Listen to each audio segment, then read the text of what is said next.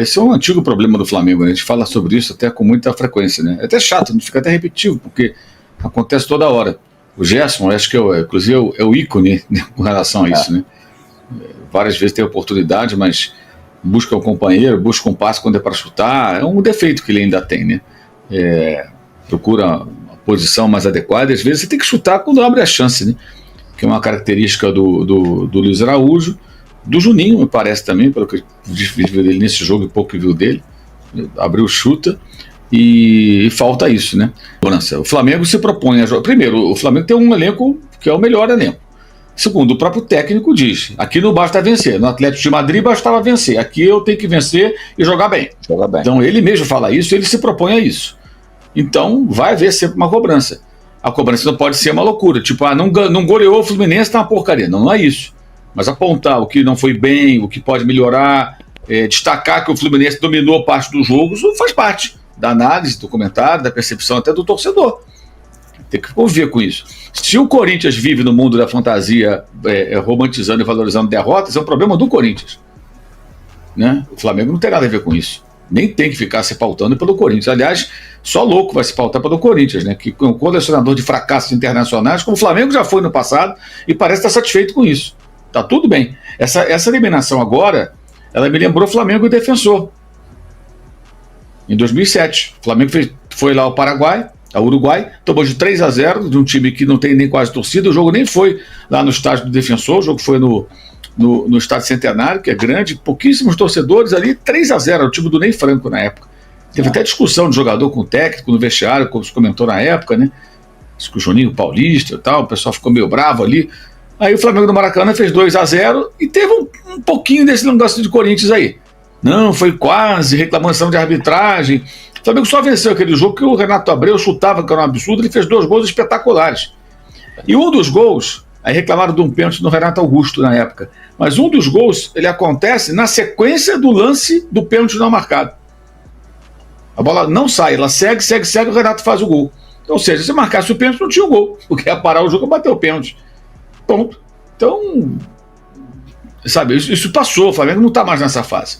Então a cobrança, acho que ela faz parte, identificar que o time não jogou o que pode, e isso vai acontecer. Da mesma maneira, quando comer a bola, jogar bem como foi contra o Botafogo na Supercopa, vai ser super elogiado. Isso faz parte. Eu acho que às vezes está acontecendo até uma coisa que é o contrário. Torcedor que não aceita que critique, até tem uns que não aceitam que não. Cara, vai ter uma crítica pontual, não é nem uma crítica, às vezes é uma análise. Jogou bem aqui, não jogou bem ali, errou aqui, acertou ali, isso é do jogo. E tem que ter isso, porque a média na escola do Flamengo, a passada de ano, é 8, 9, por aí. Não é 5, não. E essa média, essa régua no alto, o próprio técnico coloca. Eu acho que é bom. É bom que o Flamengo tenha realmente a ambição de querer jogar bem, de querer se impor, entendendo que não vai jogar bem sempre. E que aí, quando houver um comentário, uma crítica que não é super elogiosa, isso também faz parte do processo. Ninguém está dizendo que o Felipe Luiz não serve, que tem que mandar embora, que o time... Não é isso. Agora, não dá para fechar os olhos para o fato do Fluminense ter jogado melhor parte do jogo e o Flamengo não ter feito uma partida além de razoável. Estou avisando a vocês, o zagueiro ainda se encontra em processo de recuperação e segue o planejamento de tratamento estabelecido pelo departamento médico.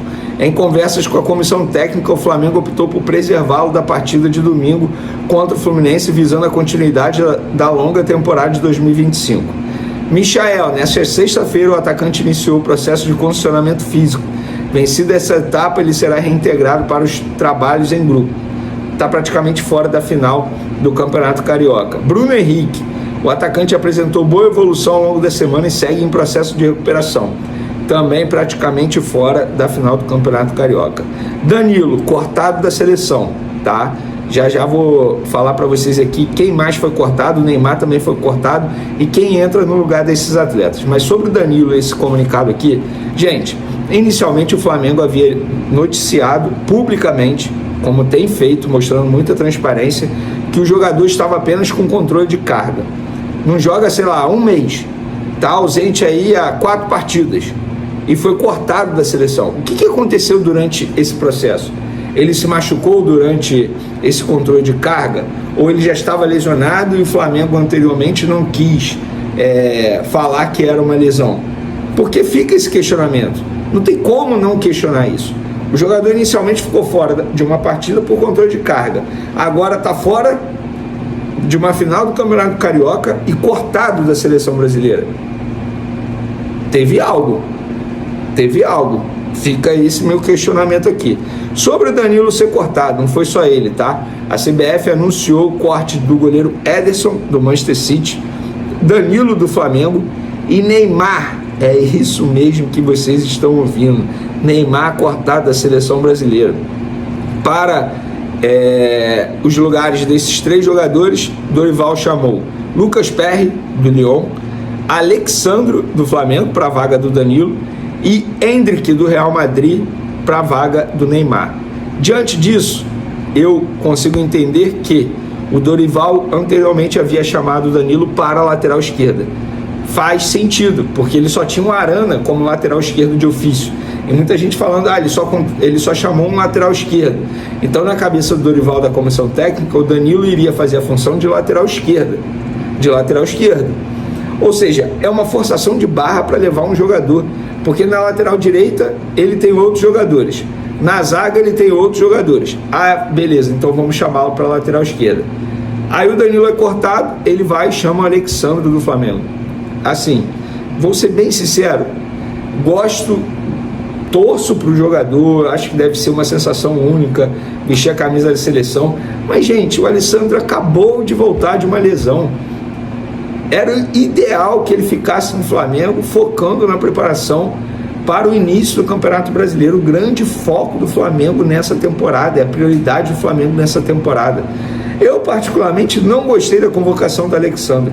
Já não tinha gostado da convocação do Danilo, e eu falo isso desde a época que o Danilo era da Juventus, não é só porque ele está vestindo a camisa do Flamengo. Eu, particularmente, não gostei, tá? Quero a opinião de você no cenário sul-americano. E eu confesso que eu estou curioso para ver como o Dorival vai encaixar o Wesley na lateral direita da seleção brasileira. Porque hoje, para mim, ele é titular. Não sei para vocês, mas o que o Wesley está jogando é muita bola. O Dorival tem que dar um jeito de colocar o Wesley no time titular. E por falar em seleção brasileira, galera, Gerson está convocado para a seleção brasileira, jogando muita bola.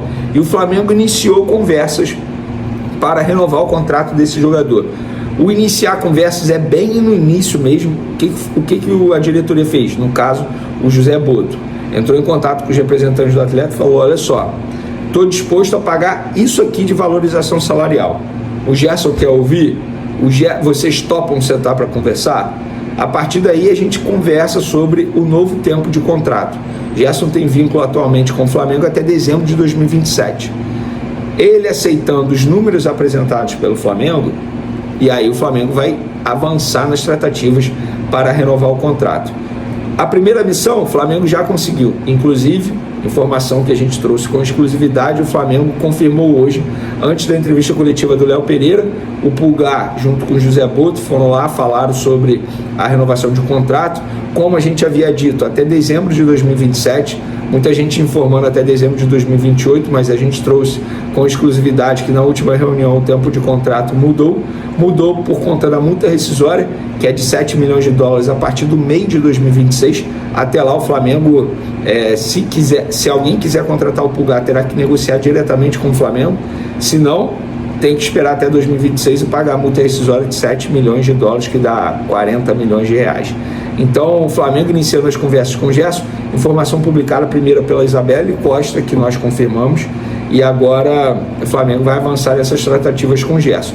Outro jogador que o Flamengo tem o desejo de renovar, Varela. O jogador é visto como importante no dia a dia do Flamengo, como um jogador, hoje ele não é titular, mas é uma peça extremamente importante no dia a dia, nos treinamentos. As pessoas relatam que o Varela eleva muito o nível técnico do treinamento, exigindo demais dos jogadores, dos seus companheiros. Então, o Flamengo vai chamar o empresário desse atleta para conversar, para tentar renovar o contrato dele também. O Flamengo segue firme no mercado da bola e, de acordo com o jornalista Antônio Carlos, um nome gigante do futebol mundial pode pintar no Mengão: Casemiro. Isso mesmo, o volante multicampeão, que brilhou por anos no Real Madrid e hoje joga no Manchester, pode estar de saída do futebol europeu. E o Flamengo surge como um destino muito forte. Mas o que levaria Casemiro a voltar ao Brasil neste momento? Simples, Ele perdeu espaço no Manchester e, sem sequência, ficou de fora das últimas convocações da seleção brasileira. Como ele ainda sonha em disputar mais uma Copa do Mundo, precisa estar atuando com regularidade e em alto nível. E onde melhor para isso do que no maior clube do Brasil? No Flamengo, ele teria visibilidade, competitividade e a chance de voltar a ser lembrado por Dorival Júnior.